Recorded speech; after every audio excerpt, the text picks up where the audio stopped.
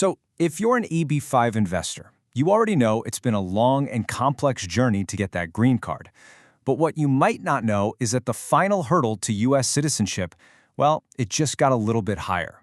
Today, we're going to break down the brand new, more challenging U.S. citizenship test and exactly what it means for the final step of your journey. I mean, think about it. You've already done the hard part. You made that significant investment. You helped create jobs, and you successfully secured your green card.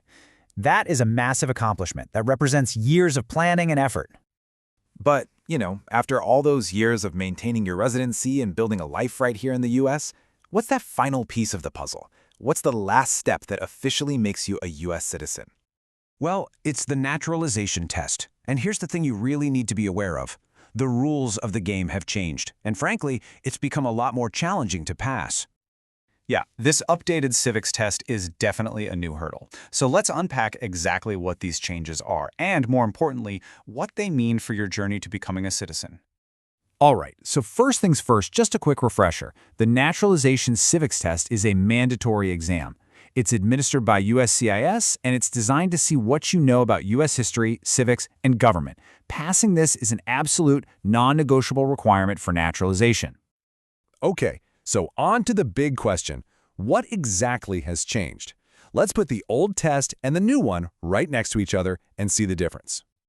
And wow, this chart really tells the story, doesn't it? The pool of questions you have to study has jumped from 100 to 128. Not huge, but it's more. But here's the kicker. During your interview, the officer is now going to ask you 20 questions. That's double the old number. And to pass, you now need to get 12 of them right, which, again, is double the old requirement. The numbers alone show you this is a whole new ballgame. So let's just hammer this home. We're talking about a pool of 128 questions that you've got to know inside and out. And out of that bigger pool, they're going to hit you with 20 questions during that interview, a much more comprehensive exam than before. And the magic number to pass? 12. You have to get 12 of those 20 right. That means your margin for error is way, way smaller now. But this isn't just about the numbers. It's not just more questions. It's about the quality of the answers they're looking for. They now expect longer, more detailed responses. You'll see a broader range of U.S. history questions, and there's a much greater focus on how the government is structured. It's really about showing you have a deeper, more nuanced understanding. So, what does all this mean for you as an EB-5 investor? Well, it means you absolutely have to take your preparation seriously. This isn't just another form to fill out. This is the final exam at the end of your entire immigration journey. I mean, just look at the path you've already traveled. It started with that qualifying investment. Then you secured the green card and have maintained your residency for 5 years. As you can see, the naturalization test is the final gate.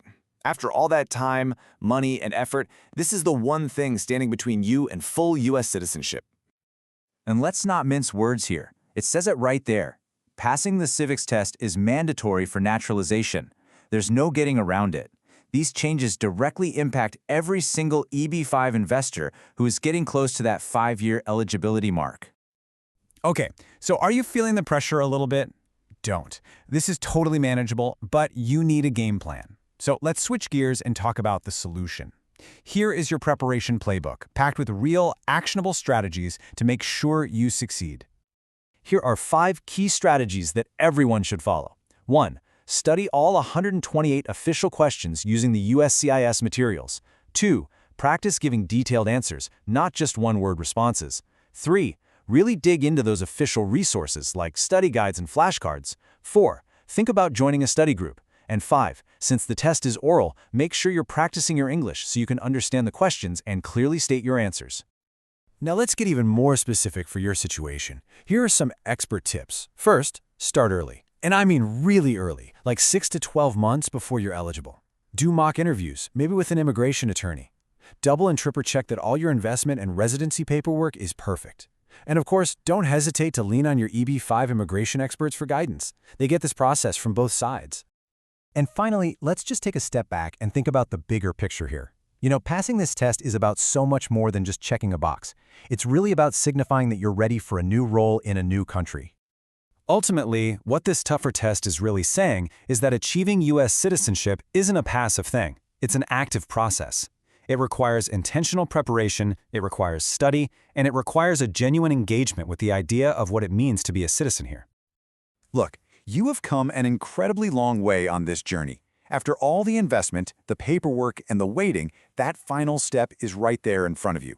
The only question left is, are you prepared to take it?